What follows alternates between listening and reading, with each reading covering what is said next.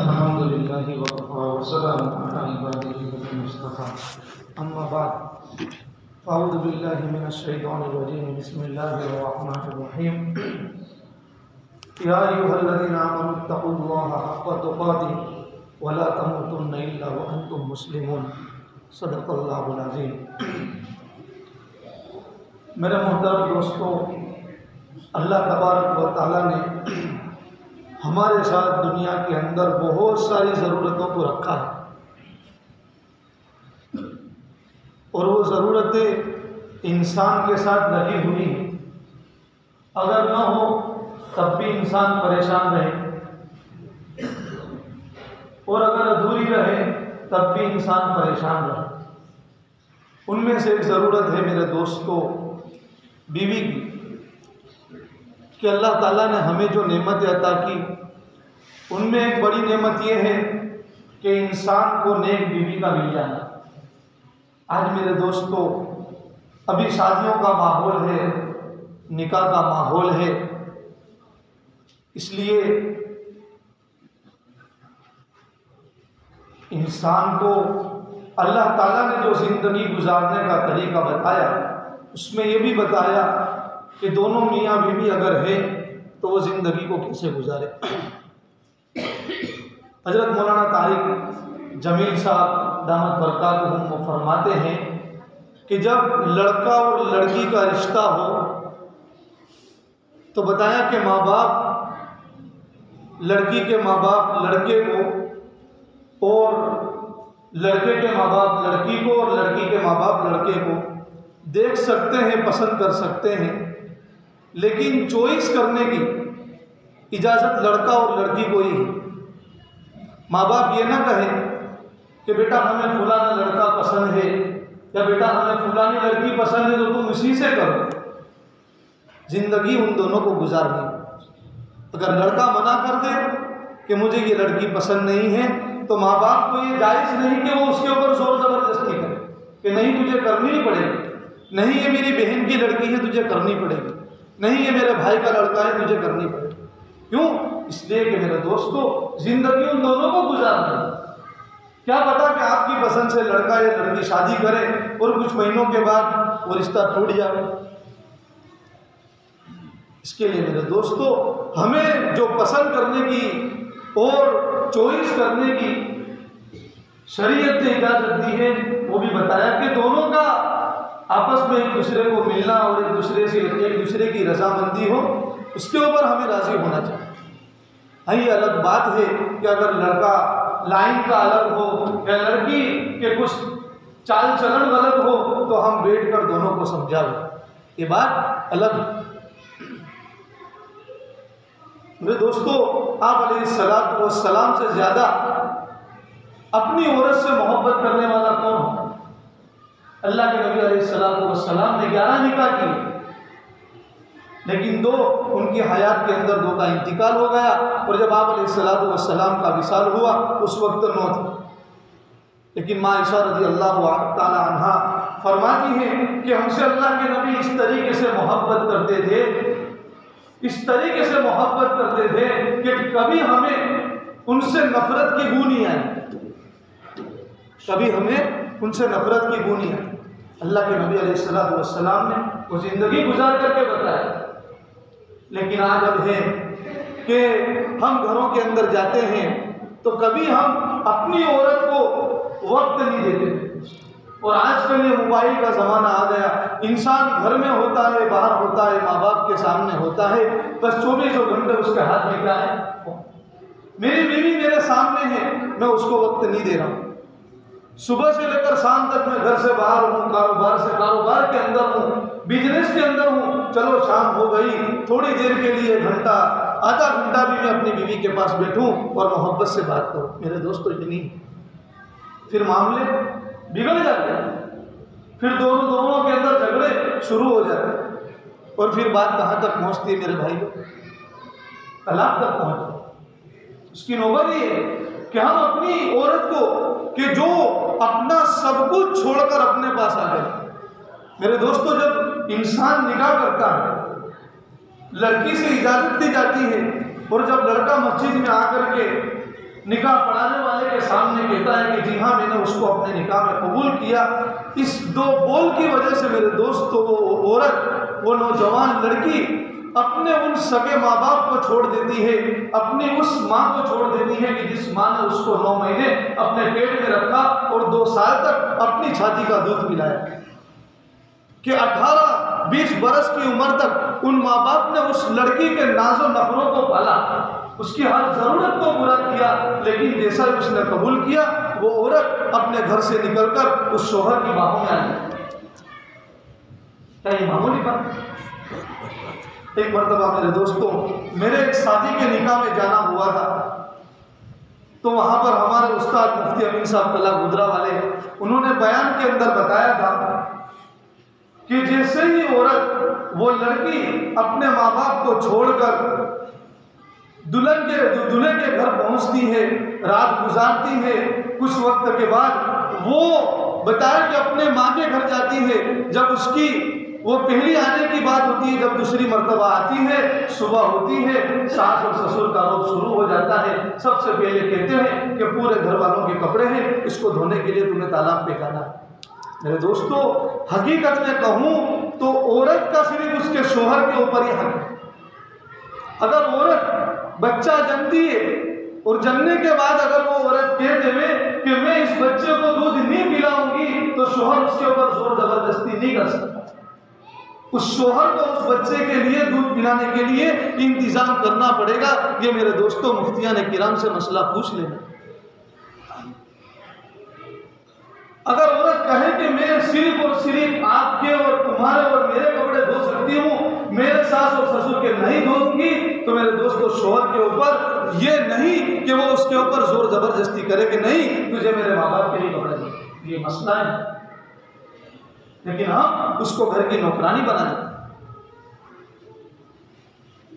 जो असल चीज है कि रात की तस्कीन है, मोहब्बत के साथ उसके साथ बात करना है, प्यार के साथ उसके पास हमें बैठना है, मेरे दोस्तों ये नहीं होता। जो उसकी असल जरूरत है हम उसको बुरा नहीं करते। खाली ये नहीं है कि अच्छे कपड़े दिला देना है और सोने के जेवरात उसको दिला देना, चांदी की चीजें उसको दिला देना। मेरे दोस्तों, इससे उसको तस्कीन हासिल नहीं होती। असल जो तस्कीन है वो जिनसी जरूरत है। जिनसी आपस के जो ताल्लुकात है, उस ताल्लुकात के अंदर मर्द को क्या करना चाहिए? पूरा किरदार अदा करना चाहिए। अगर वो जरूरत पूरी नहीं होती, फिर उसके बाद मेरे दोस्तों मामले बिगड़ते हैं। मामले क्या होते हैं? बिगड़ते हैं। मैं और आप मेरे दोस्तों की महफिल के अंदर तो मेरे भाइयों ऐसी ऐसी बातें करते हैं कि मेरी औरत का घर में मैं चलने नहीं देता, मेरी औरत का वैल्यू मेरे आगे कुछ भी नहीं, ऐसी बातें हो।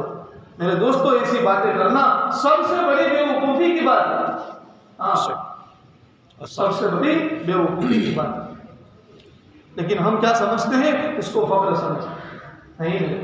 इसके लिए अभी जो शादियों का माहौल चल रहा है, तो मेरे भाइयों, सिर्फ शादी ये नहीं है कि लोगों को खाना खिला देना, अच्छा मंडप क्या कर देना, डेकोरेशन कर देना, इसका नाम शादी नहीं है। बल्कि शादी तो कहा कि सबसे सादगी के साथ है, जिसमें कम खर्चा हो। हमारे मुफ्ती निसार साहब कला गुजरा वाले, वो हमें अक्सर दर्स के अंदर जब किताबुल निकाह का जो बाब शुरू होता उसके अंदर बताते थे कि इंसान डेकोरेशन सबसे बेहतरीन करता है ताकि लोग उसको देख करके तारीफ करें। खाना बेहतरीन खिलाता है ताकि लोग क्या करें? तारीफ करें। लेकिन असल जो हक है, जो फर्जों के बाद जो वाजिब का दर्जा है, उसके अंदर इंसान कमी करता है। क्या कि महर की जब बारी आती है तो महर कितनी? तो बताया कि 5100। महर कितनी? तो बताया कि 7000। हालांकि मेरे दोस्तों, उन्होंने बताया था कि वो दूल्हा जिस दूल्हे के निकाह पढ़े जा रहे हैं, अगर उसके जेब के अंदर मोबाइल देखोगे तो महर से डबल, 3 गुना 4 गुना कीमत का ज्यादा होगा। और उसको महर कितनी दे रहा है? मोबाइल उसके जेब पे 25,000 का, आईफोन 1.5 लाख का है, सैमसंग का जो हाईफाई मोबाइल है 75,000 लाख रुपए का है। तो क्या मेरे दोस्तों, हमारे सामने जो आने वाली औरत है, जो आने वाली लड़की है, उसकी वैल्यू मोबाइल से भी कम, उसकी वैल्यू हमारे नजदीक मोबाइल से भी कम। मेरे दोस्तों ये सोचने की, अरे खाना तो हम कितना भी अच्छा खिलावे, लेकिन आखिर में कोई ना कोई कह देता है कि यार रोटी कच्ची रह गई थी, थोड़े चावल कच्चे रह गए थे, बिरयानी में तेल ज्यादा गिर गया। कोई ना कोई मेरे दोस्तों नुक्स निकालने वाले होते हैं। इसके लिए हमें अपनी औलाद की असल तो तरबियत करने की ज़रूरत है, अपनी बेटियों को समझाने की ज़रूरत है, अपनी औलाद को सही माने के अंदर दीन सिखाने की ज़रूरत है कि बेटा हम किसी लड़की को कि जो अपने माँ बाप को छोड़कर अपने घर पर ला रही है, हमें उसको रानी की तरह रखना है, गुलाम की तरह नहीं, नौकरानी की तरह नहीं। और अपनी बेटी को वो माँ कि जिस माँ के दिल के अंदर, उसकी जिंदगी के अंदर दीन हो, तो वो माँ अपनी बेटी को समझावे कि देख बेटा तू उस घर में जा रही है, वहां पर सारे के सारे लोग तेरे लिए पराए हैं, लेकिन तू उनके साथ इस तरीके से घुल मिल जाना कि अपनी बेटी से भी ज्यादा तुझे क्या करने, मोहब्बत करने लगे। आज हर माँ चाहती है कि मेरी बेटी जिस घर में भी जावे तो उसका शौहर उसकी इज्जत करे, उसके सास और ससुर उसकी क्या करे, इज्जत करे, उसकी नंदे और उसकी जेठानी और देरानी उसकी इज्जत करे। लेकिन वही माँ कि उस माँ के घर में जब पराई की बेटी आती है तो क्या करती है, कैसा सुलूक कर, अपनी बेटी बेटी है और दूसरी की बेटी क्या नहीं है, बेटी थी। सोचने की बात है कि हम अपनी बेटी का तो सारा इंतजाम अच्छे से अच्छा करें। इमाम अहमद बिन हम्बल रहमतुल्लाह अलैह बहुत बड़े मेरे दोस्तों फिका के आलिम हैं। दो जवान लड़कियां उनके पास आई, अल्लाह का खौफ, अल्लाह का डर मेरे दोस्तों ने, कि वो आई और कहा कि हजरत हमारा एक मसला है कि हम सूद काटती हैं चरखे में जाकर के। चरखा तो जो बड़े बुजुर्ग लोग हैं उन्होंने देखा होगा कि जिसके जरिए से, रुई के जरिए से वो डोरा निकालते थे और उससे कपड़ा बुना जाता था। तो कहा कि हजरत हम चरखे में जाकर के ऊन काटती है, सूत काटती है। तो बताया कि उससे जो कपड़ा बनता है कि जब तक हमारे दिए में, हमारे पास जो दिया होता है उस दिए की रोशनी के अंदर ये काम हम करते हैं, लेकिन जब उसका तेल खत्म हो जाता है तो दिया बुझ जाता है। उसके बाद बताया कि जो चांद की रोशनी होती है उसके जरिए से हम उस कपड़े को क्या करते हैं, पूरा करते हैं, मुकम्मल करते हैं। इमाम साहब अपनी गर्दन को झुकाकर उनकी बात को सुन रहे थे। फिर उन्होंने कहा कि हजरत बाज मर्तबा ऐसा होता है कि हम जिस दिए के अंदर काम करते हैं वो दिया बुझ जाता है, तो पड़ोसी का जो दिया सुलगता है उसकी रोशनी हमारे घर तक आती है, उस दिए की रोशनी हमारे घर तक आती है और उस रोशनी के अंदर हम क्या करते हैं, वो काम को मुकम्मल करते हैं, पूरा करते हैं। अब बताया कि वो चीज़ जब कपड़ा बन जाता है, बुन जाता है, तो हम बाजार में बेचने के लिए जाते हैं। तो आप हमको ये मसला बताओ कि क्या हम, हमारे पास जो ग्राहक आवे लेने के लिए, जो कस्टमर आवे, तो हम उनको ये फर्क करके बता सकते हैं कि क्या ये जो कपड़ा हमने इतना हिस्सा कपड़े का बुना है वो हमारे दिए की रोशनी में बुना है, और ये जो कपड़े का हिस्सा बाकी का बचा है वो हमने चांद की रोशनी में और दूसरे की घर से आए हुए रोशनी के अंदर हमने इसको बुना है। ये मेरे दोस्तों क्या है, ये उनके उस जमाने की औरतों के अंदर और उस जमाने के बच्चों के अंदर अल्लाह का खौफ था। हजरत इमाम अहमद बिन हम्बल रोने लगे, उन्होंने रो दिया, उनकी आंखों से आंसू गिर गए और कहा कि बेटा ये तो बताओ कि तुम किस घर से आई हो, तुम ये तो बताओ कि तुम किस घर से आई हो कि इतना बारीक मसला तुम पूछने के लिए मेरे पास आ गई। उन्होंने कहा कि हम बशर हाफिज रहमतुल्लाह अलैह की बहनें हैं। ऐसे लोग उस जमाने के अंदर थे कि जो अपनी औलाद की तरबियत करते थे। आज मेरे दोस्तों अल्लाह की कसम ये मोबाइल ऐसी चीज आ गई कि जिसकी वजह से बाप अपनी औलाद से डर रहा है, बाप अपनी औलाद से डर रहा है। क्यों? कि अगर मैं उसको थोड़ा ऊंचे अल्फाज के अंदर बोल दूंगा और वो नाराज हो जाएगा, घर से चला जाएगा, तो मैं क्या करूं? इसके जिम्मेदार मेरे दोस्तों डरने की बात नहीं है, इसके जिम्मेदार मैं और आप हैं, वालिदैन हैं कि जिसने अव्वल वक्त से उसकी सही तरीके से तरबियत की। जो तरबियत करने का वक्त था वो हाथ से निकल गया, उसके बाद माँ बाप रो रहे।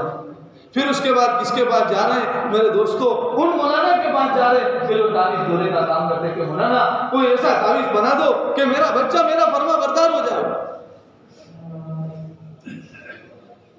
लेकिन मेरे दोस्तों वहां पर वो मौलाना का तावीज़ भी काम नहीं आता।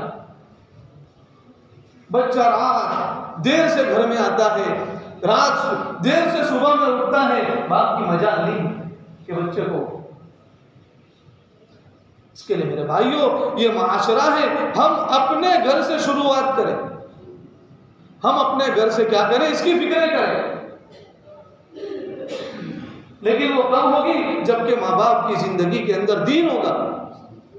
सबसे पहले मुझे और आपको अल्लाह से डरने की जरूरत है,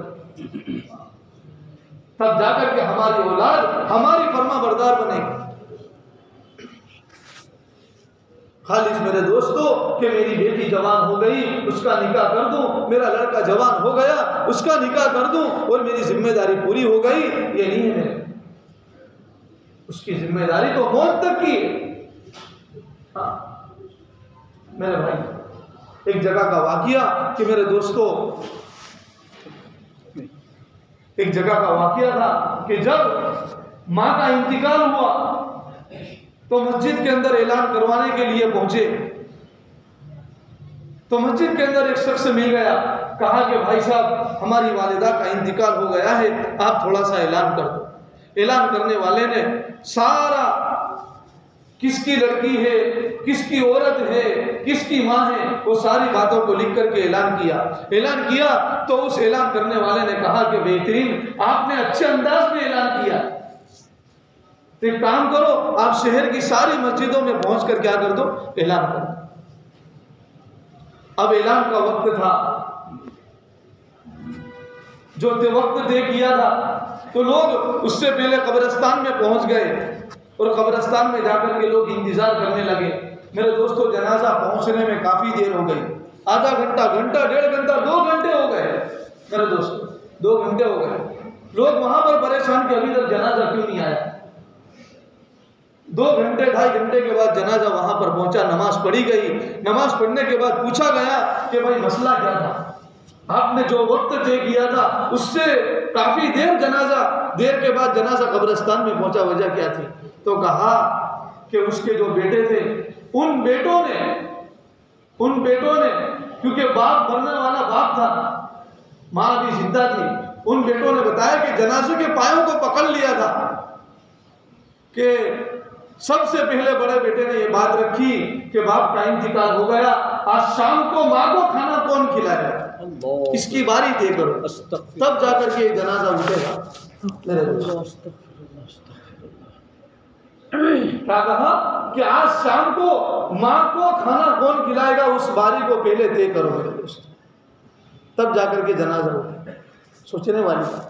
मैं और आप मेरे भाइयों अपनी नमाजों के ऊपर मुतमईन हैं, अपने बच्चे मकतब में जाते हैं उस पर मुतमईन हैं। मेरे दोस्तों इमाम साहब 5 मिनट 7 मिनट नमाज पढ़ाते हैं, उस्ताद साहब मेरे दोस्तों 2 घंटे या 2.5 घंटे बच्चों को तालीम देते हैं। असल जो बच्चों को तालीम और तरबियत मिलती है वो माँ बाप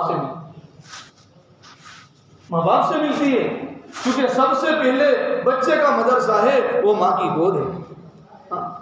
बच्चा उस्ताद के पास तो कब आता है, जबकि 5 साल का होता है, 7 साल का होता है, तब जाकर के आता है। इसलिए मेरे भाइयों हम अपने बच्चों की फिक्र करें, अपनी औलाद की फिक्र करें, उनकी जो जायज़ ज़रूरतें हैं उनको पूरा करें। और अगर बच्चा नाजायज़ ज़रूरत को पूरा करने की बात करता है, चाहे वो जिद करे, चाहे वो चिल्लाए, जो भी करना है करे, लेकिन